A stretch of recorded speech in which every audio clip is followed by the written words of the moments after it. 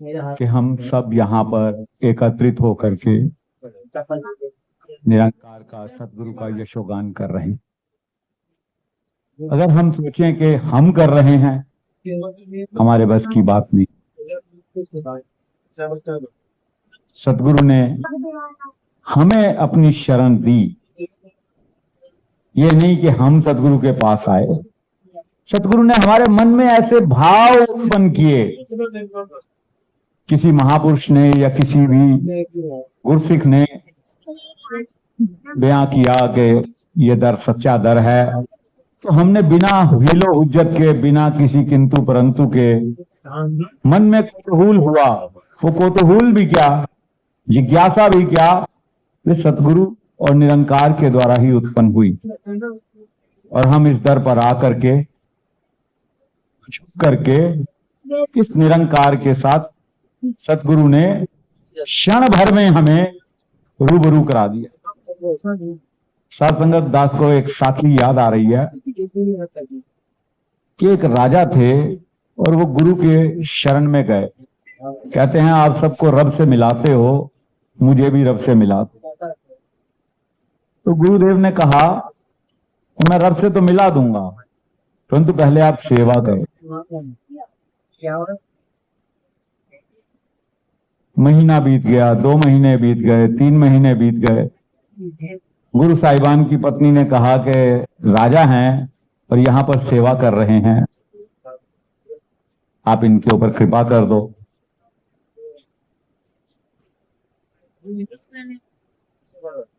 गुरुदेव ने कहा नहीं, अभी वो समय नहीं आया। राजा संगत के लिए, सत्संग के लिए आ रहे थे, ऊपर से किसी ने कूड़ा फेंक दिया, आग बबूला हो गए। गुस्से में आ गुरु साहब ने अपनी पत्नी से कहा, देखा कि अभी इनका अहंकार नहीं समाप्त। आए, दोबारा सेवा के लिए कहा कि भाई कर।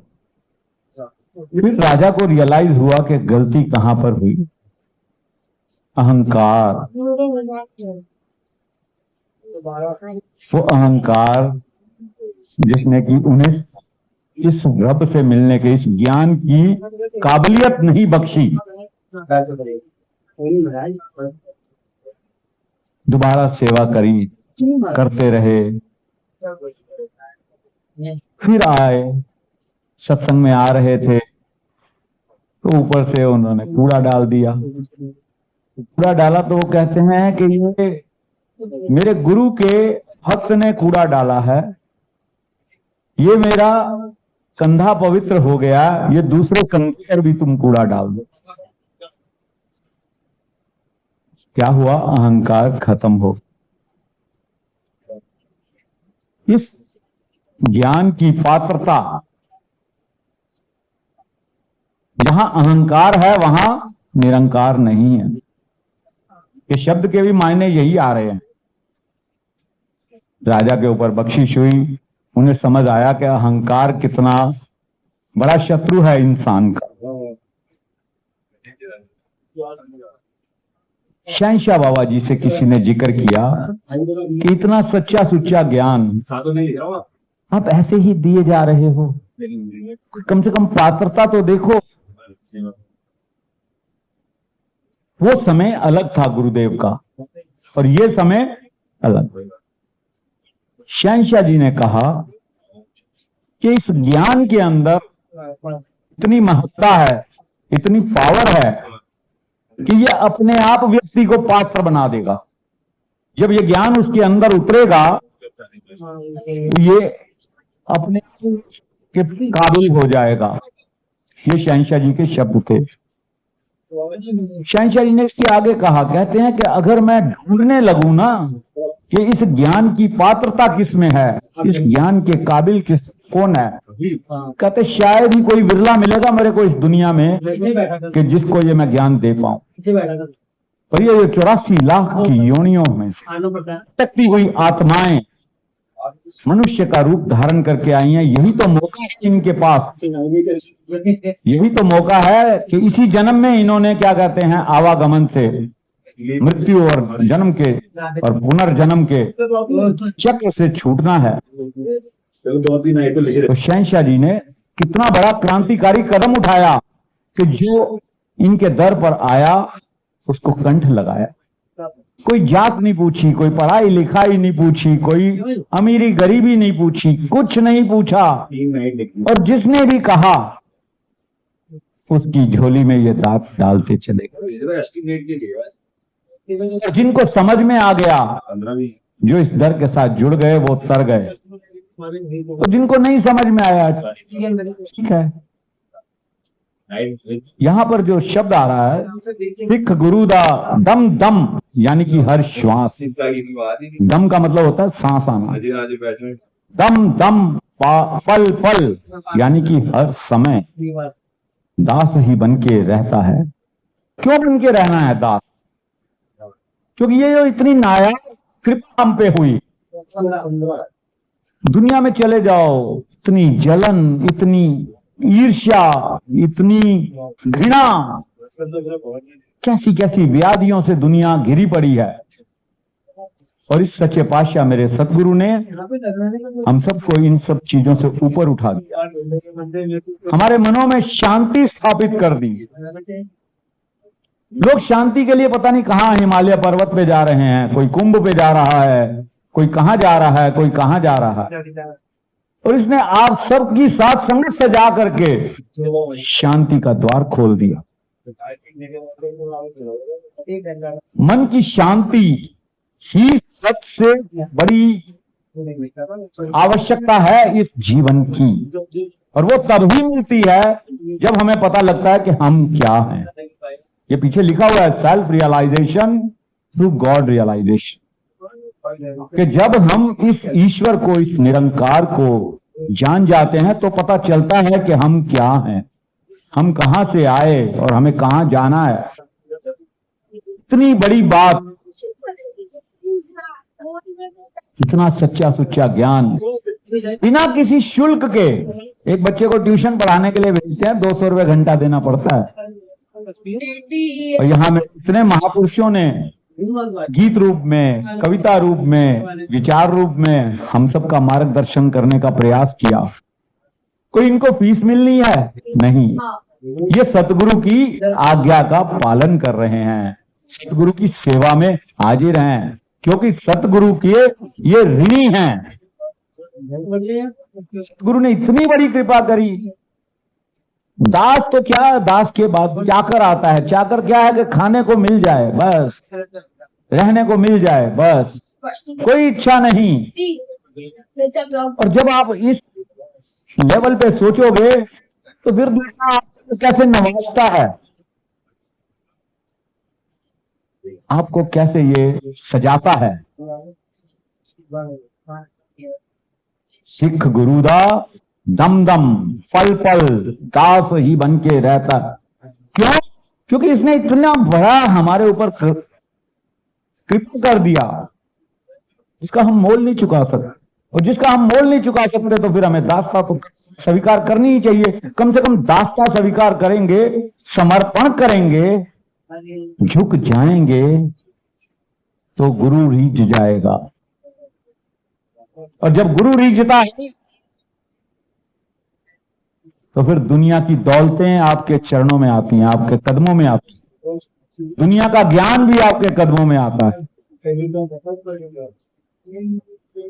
तो शब्द सिख गुरु दा दम दम पल पल दास ही बन के रहंदा है, कार कमावे गुरु सिख जो सतगुरु कहंदा है। यानी कि जो गुरु का वचन है, गुरु के वचन को जो मानते हैं, गुरु के वचन के ऊपर जो अपने जीवन को ढालते हैं, गुरमत दे सांचे दे विच अपना जीवन जो ढाल देने सिख गुरु दा, गुरमत के सांचे में कहे अवतार अपना जीवन टालन हो।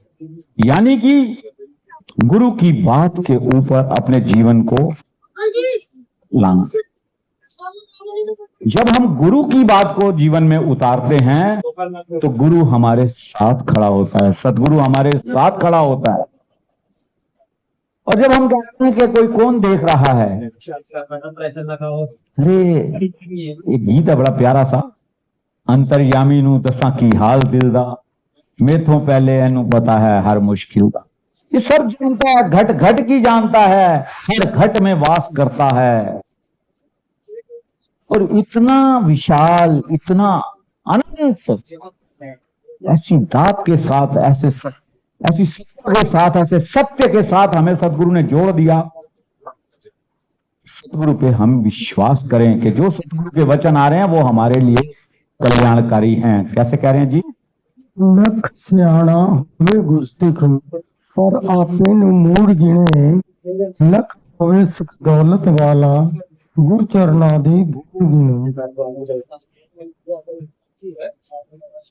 जितना भी सियाना, कितनी भी सियान पे ले लो, ऋषियों मुनियों के तप, उनका ज्ञान, उनकी रिद्धियां, उनकी सिद्धियां, पर इस ज्ञान के सामने वो कुछ नहीं है।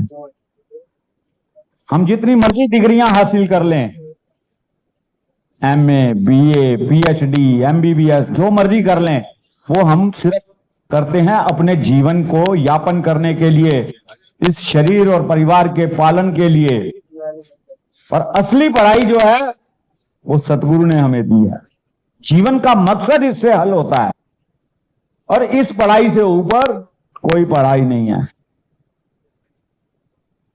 जो सतगुरु की बात है वही सर्वोपरि है।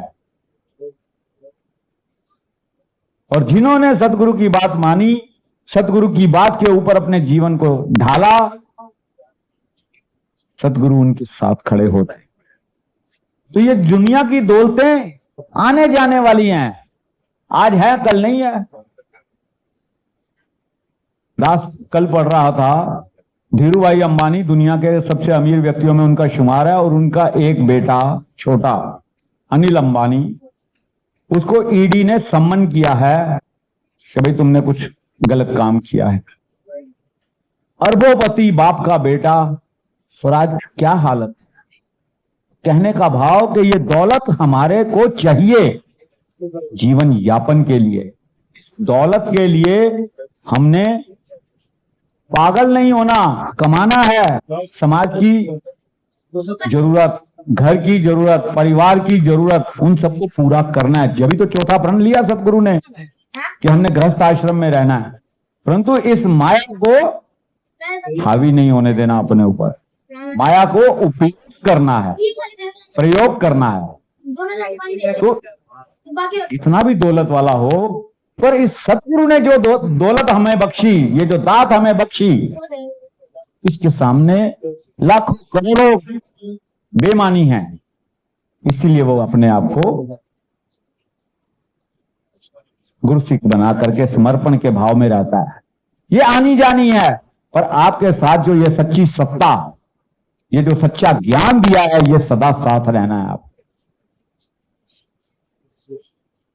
लख सियाना होवे गुरसिख, ये अकल धरी की दी है। मेमोरी लॉस हो जाता है। अरे हनुमान जी को देखो, उनको अपनी शक्तियां ही भूल गई थी जब वो सागर पार करना था। कितनी सिद्धियां थी, कितनी रिद्धियां थी। तो गुरसिख जितना मर्जी सियाना हो, जितना मर्जी पढ़ गया हो, जितनी मर्जी दौलत वाला हो, पर अपने आप को गुरु चरणों के समर्पित ही रखता है। और जिन्होंने अपने आप को समर्पण के भाव में लाए हैं, वो तर गए, उनका जीवन सफल हो गया। जो कुछ बन के आते हैं या कुछ आके बन जाते हैं, उन्हें ये टाल देता है, और जो अपने आप को खत्म करके आते हैं, उन्हें ये तार देता है। आज दास को श्यामलाल जी की एक बात याद आ रही है। वो कहते हैं कि जो बीज होता है वो धरती के अंदर अपने आप को समाप्त कर देता है। जब वो धरती में उसको डालते हैं, बीजते हैं, कितना बड़ा वृक्ष बनता है, कितना बड़ा उसका रुतबा होता है, कितने लोगों को वो छाया देता है, कितने लोगों को वो फल देता है। कहते हैं कि अगर तू कोई मर्तबा चाहता है तो अपने आप को समर्पण में ला, अपने आप खत्म कर, किसी दूसरे की तरफ मत देख के वो क्या कर रहा है, हमें अपने आप को देखना है। कैसे फरमा रहे हैं जी? अगर आके सिख जान जानदा है सहा सदा सुख जानदा है। हल्की सी गलती जानबूझ के नहीं, भूल के, जो गुरसिख होता है उसके लिए भी वो क्षमा याचना करता है। अनायास भी हमसे हो सकती है गलतियां, हम गलतियों के पुतले हैं। एक है तो सिर्फ समर्थ जो है वो निरंकार और निरंकार का साकार रूप।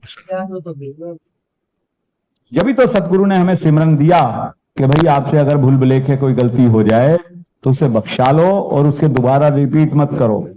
और ये दर तो आकर के मिटने का ही है। गुरु दर ते आके मिट जाता है। गुरु का दर भी मिटने का है। और जो जो मिटे हैं वो पा गए हैं कि वो क्या कहते हैं, अपना नाम कर जाते हैं। ये अगली 2 लाइनों में आएगा। कैसे फरमा रहे हैं जी? गुरसिख नू नहीं इच्छा फल दी कर्म सदा निष्काम करे। कहीं अवतार केहू जहे सिखदा गुरु रोशन नाम करे। गुरसिख नहीं इच्छा फल दी। हम दुनिया में कोई भी काम करते हैं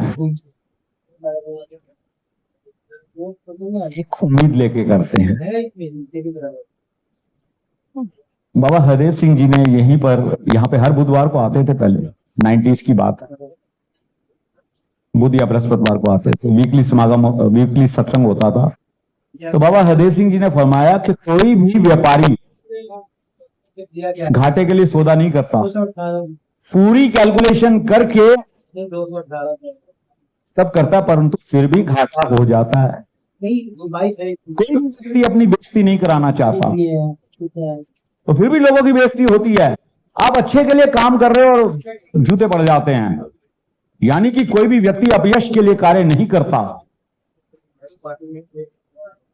यश के लिए करता है, परंतु फिर भी अपयश मिलता। कोई भी व्यक्ति मरना नहीं चाहता। जीवन मृत्यु ये तीनों चीजें निरंकार के हाथ में हैं। लाभ हानि,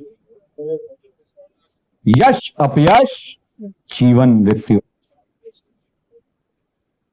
लाभ हानि को दास रिलेट करता है फल से कि गुरु सिख नू नहीं इच्छा फल दी कर्म सदा निष्काम करे।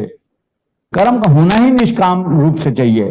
ये नहीं कि कोई सुख ना सुख के आ रहे हैं हम यहाँ पे हम केवल और केवल आत्मा के आनंद के लिए आते हैं। कोई सौदेबाजी करके नहीं आते कि मैं ये माथा टेकूंगा तो ये होगा, मैं ये अरदास करूंगा या ये मैं सुखना है मेरी। दुनिया में आती हैं ये बातें, ये आपके सच्चे सुच्चे धर्म में ये ऐसा कुछ नहीं है। आप अध्यात्म से आत्मिक शांति के लिए आए और सतगुरु पे विश्वास करें। सतगुरु के जो वचन आते हैं उनके ऊपर अपने जीवन को ढालें। ये अपने आप आपकी झोलियां भर देता है। जितना आप सोचते हो उससे कहीं ज्यादा। हमारी सोच बड़ी छोटी है और ये बड़ा विशाल है। और जब विशाल के साथ हमें जोड़ा सतगुरु ने, तो हमारी सोच भी उसी प्रकार होनी चाहिए। गुरु सिख नू नहीं इच्छा फल दी कर्म सदा निष्काम करे। सतगुरु स्वयं निष्काम सेवा करवाता है आपसे। ये जो समागम की सेवा का भी भाई साहब ने अनाउंसमेंट करी, महापुरुषों ने, ये बीज डलवा रहे हैं आपसे। हमारा मिशन जन कल्याण का कार्य कर रहा है, लोगों को इस छुपी हुई आग से बाहर निकालने का। ये जन कल्याण का कार्य है। और इस जो ये समागम होता है ये एक उसका अंग है, उसकी एक प्रोसेस है। और उसके अंदर जो हम सेवा करते हैं वो जो जन कल्याण के लिए करते हैं, अपने किसी स्वार्थवश नहीं करते, निष्काम करते हैं, निस्वार्थ करते हैं। और जो सेवा निष्काम और निरीक्षित होती है, बिना इच्छा के होती है, वो सतगुरु डलवार से बीच जितनी हमारी सामर्थ्य है हम उतनी सेवा करें समागम के, क्योंकि समागम की सेवा ही निष्काम और निरीक्षित होती है। और वो आपने करनी है। और देखो कैसे जीवन में आनंद आता है। दास किसी की कही हुई बात नहीं कर रहा। जो जितनी सामर्थ्य है, दास के बाबूजी बहुत अमीर नहीं थे, पर जो सामर्थ्य थी करते थे। और आज जो सेवाएं उन्होंने करी हैं उनका फल हमारे को भी मिल रहा है। हम अपनी आने वाली पुश्तों को भी तारते। कहे अवतार एहो जे गुरु सिकदा, सतगुरु रोशन नाम करे। रोशन नाम का मतलब ये नहीं कि कोई पदवियां मिल जानी है। आप दो महात्मा ना, आपके जीवन में आनंद आ जाएगा, एक आप चले, आपके मन में शांति आ जाएगी। दो महात्मा चले गए। जिसके लिए दुनिया कुरला रही है, भाग रही है, नहीं मिल रही। दुनिया के अमीर से अमीर मुल्क में इतनी बेशुमार दौलत है। दास की बिटिया रहती है अमेरिका में, इतनी बेशुमार दौलत है, और वहां पे भी लोगों के मनों में शांति नहीं है। जो शांति और सुकून आपके चेहरों पे, आपके मनों में है, उसके लिए वो लोग भटक रहे हैं, नहीं मिल रहा। और ये सतगुरु ने हम पे कृपा करी। इस कृपा की वजह से ही हमने सतगुरु को समर्पित होकर रहना है, दास होकर रहना है, सतगुरु की बात को मानना है, सतगुरु की बात के अनुसार अपने जीवन को जीना है। और उसके लिए, क्योंकि हम दुनिया में रहते हैं, वहां पे विचलित होने के बड़े चांसेस होते हैं। सत्संग पे आना, सेवा का, और फिर देखो हमारे जीवन में कैसे परिवर्तन आता है। हमारे जीवन में कैसे दुनियावी खुशहाली भी आएगी और मन की शांति भी आएगी, जो कि सबसे ज्यादा इंपॉर्टेंट। इसी जीवन में मोक्ष मिलेगा। समय को देखते हुए दास अपनी वाणी को विराम देता है। अगर कोई लफ्ज किसी को पसंद ना आया हो, दास से भी गलती हो सकती है, अपना बच्चा समझ के क्षमा कर देना। प्रेम से कहना, दान निरंकार जी। मम्मी को बोल